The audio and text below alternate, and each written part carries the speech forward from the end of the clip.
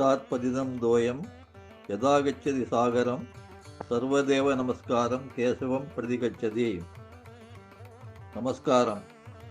எப்படி மேகத்திலிருந்து உருவான நீர் நதியாகி கடலில் கலக்கின்றதோ, இப்படி செல்லும் பாதையில் எல்லா ஜீவராசிகளையும் செழிப்பாக ஆக்கிவிட்டு கடலில் சென்று ஐக்கியமாகின்றதோ, நிலா என்னும் இந்த ஜீவநதியும் அதற்கு விதிவிலக்கில்லாமல் தான் உருவான இடத்திலிருந்து கடலில் கலக்கும் இடம் வரை எல்லா ஜீவராசிகளையும் செழிப்பாக ஆக்குகின்றது. இந்த புண்ணிய நதியின் கரையில் இருக்கும் கோவில்களில் மிகவும் பிராச்சீனமானதும் சற்றேறக்குறைய 800 வருடங்களுக்கு மேலானதுமான கோவிந்தராஜபுரம் ஸ்ரீபூமி சமேத ஸ்ரீ வரதராஜ பெருமாள் கோவிலைத்தான் இப்பொழுது பார்க்கின்றோம்.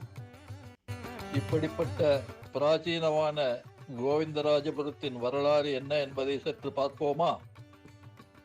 கோவிந்ததாசர் என்னும் பக்தர் காஞ்சியிலிருந்து தீர்த்த யாத்திரையாக திவ்ய கஷேத்திரங்களை தரிசனம் செய்து கொண்டு வருகையில் நிலா நதிக்கரையில் நாம் இப்பொழுது காணும் இந்த இடத்திற்கு வந்தடைந்தார்.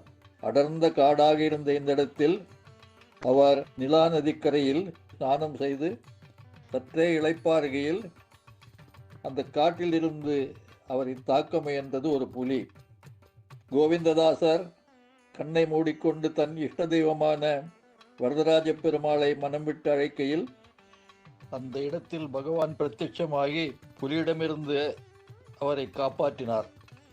காலில் விழுந்து வணங்கிய கோவிந்ததாசரிடம் எனக்கு இந்த இடத்தில் ஒரு கோவில் அமைக்குமாறு கட்டளையிட்டார். பக்தனின் பெயரையும் பகவானின் பெயரையும் இணைத்து அந்த இடத்துக்கு கோவிந்தராஜபுரம் என்று பெயர் சூட்டுமாறு பகவான் கட்டளையிட்டார். அதன்படி கோவிந்ததாசர் இந்த இடத்திற்கு கோவிந்தராஜபுரம் என்று பெயரிட்டார். தீர்த்த யாத்திரையை முடித்துக்கொண்டு தனது ஊருக்கு திரும்பிய கோவிந்ததாசர் ஒரு அழகிய வரதராஜ பெருமாள் சிலையை உருவாக்கி அதை ஒரு மாட்டு வண்டியில் ஏற்றிக்கொண்டு கோவிலை அமைப்பதற்காக தான் எந்த இடத்தில் பெருமாளை தரிசித்தாரோ அந்த இடத்திற்கு வந்து கொண்டிருந்தார். அவருக்கு தான் எந்த இடத்தில் பகவானை தரிசித்தோம் என்பது கண்டுபிடிக்க முடியவில்லை. மாட்டு வண்டியில் வந்து கொண்டே இருந்தார். ஒரு இடத்தில் திடீரென்று வண்டி நின்று போனது. என்ன செய்தாலும் மாடுகள் முன்னே செல்லவில்லை. அப்பொழுது கோவிந்ததாசருக்கு தான் கோவில் அமைக்க வேண்டிய இடம் இதுதான் என்பது புரிந்தது.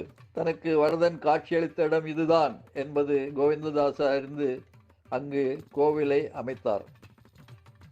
கோவிந்ததாசரால் நிறுவப்பட்டு பல புண்ணிய மனிதர்களால் பராமரிக்கப்பட்டு வந்த இந்த கோவில் இன்று எப்படி இருக்கிறது என்று பார்க்க வேண்டாமா? இதோ நாம் காண்பது கோவிலின் கொடிமரம். அந்த கொடிமரத்தின் கீழே பெரிய திருவடி என்னும் கருடாழ்வார் சந்நிதி. இறைவனை எந்நேரமும் காத்து நிற்கும் இந்த கருடாழ்வாரின் அனுமதியுடன் கோவிலின் உள்ளே நுழைகிறோம். இருபுறமும் வாதில் மடம். இந்த வாதில் மடம் பல புண்ணிய நிகழ்ச்சிகளுக்கு சாட்சியாக இருந்திருக்கிறது. அதையும் தாண்டி உள்ளே சென்றால் மூலவர் வரதராஜ பெருமாள் ஸ்ரீதேவி பூதேவியுடன் காட்சியளிக்கிறார். கருவறைக்கு வெளியே உற்சவமூர்த்தி இருக்கிறார். அவர்களை வணங்கிவிட்டு பிரதட்சிணமாக செல்கிறோம். முதலே நாம் காண்பது மடப்பள்ளி என்று கூறப்படும் சமையலறை. முன்னே சென்றால் விநாயகரின் சந்நிதி, தர்மசாஸ்தா சந்நிதி, நாகசுப்பிரமணியர் சந்நிதி அமைக்கப்பட்டிருக்கின்றது. அதையும் தாண்டி வரும்பொழுது பாதாள அறை காணப்படுகிறது. இந்த பாதாள அறையில் சுவாமியின் வாகனங்கள் வைக்கப்பட்டிருக்கின்றன. அவற்றை பார்த்துவிட்டு மேலும் சென்றால் யாகசாலை காணப்படுகிறது. யாகசாலையை அடுத்து ஒரு கிணறு இருக்கிறது. பூஜைக்கு தேவையான தண்ணீரை இந்த கிணற்றிலிருந்து எடுத்துக்கொள்கிறோம். 2012 மிக விமரிசையாக நடத்தப்பட்ட கும்பாபிஷேகம் உங்களுக்கு நினைவிருக்கும். அதேபோல வரும் 2025 ஏப்ரல் 30 கும்பாபிஷேகம் நடத்த தீர்மானித்திருக்கிறோம். அதல்லாமல் கோவிலின் பின்புறமாக வாங்கப்பட்டுள்ள நிலத்தில் ஒரு கட்டிடம் கட்ட இருக்கிறோம். அந்த கட்டிடத்தில் சிறிய அளவில் உள்ள விழாக்களை நடத்துவதற்குள்ள ஒரு கூடமும் தங்கும் அறைகளும் கட்டப்பட இருக்கின்றன.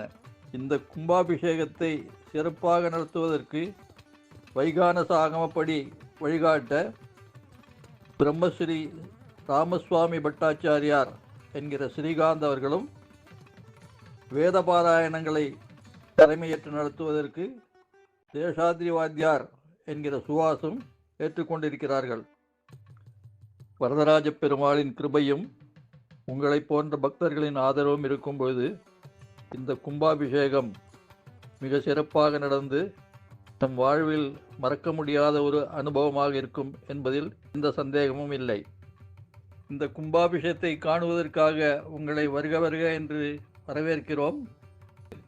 உங்களுக்கு தேவையான வசதிகளை செய்து தர தொலைபேசி எண்களையும் இதோ தந்துவிடுகிறோம்.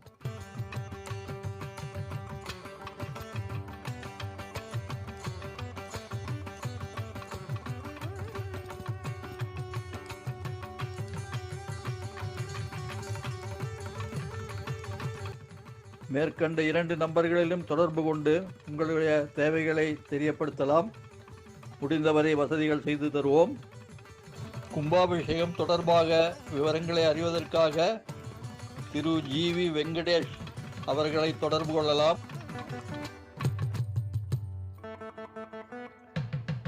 இந்த நிகழ்ச்சிகளில் பங்கு கொள்ள உங்களை உங்கள் பந்துமித்திரருடன் வந்து 2025 ஏப்ரல் 30ஆம் தேதி வரதனின் கும்பாபிஷேகத்தை கண்டுகளித்து வாழ்வில் ஒரு மறக்க முடியாத நினைவாக பெறுவதற்கு மீண்டும் மீண்டும் வரவேற்கிறோம்.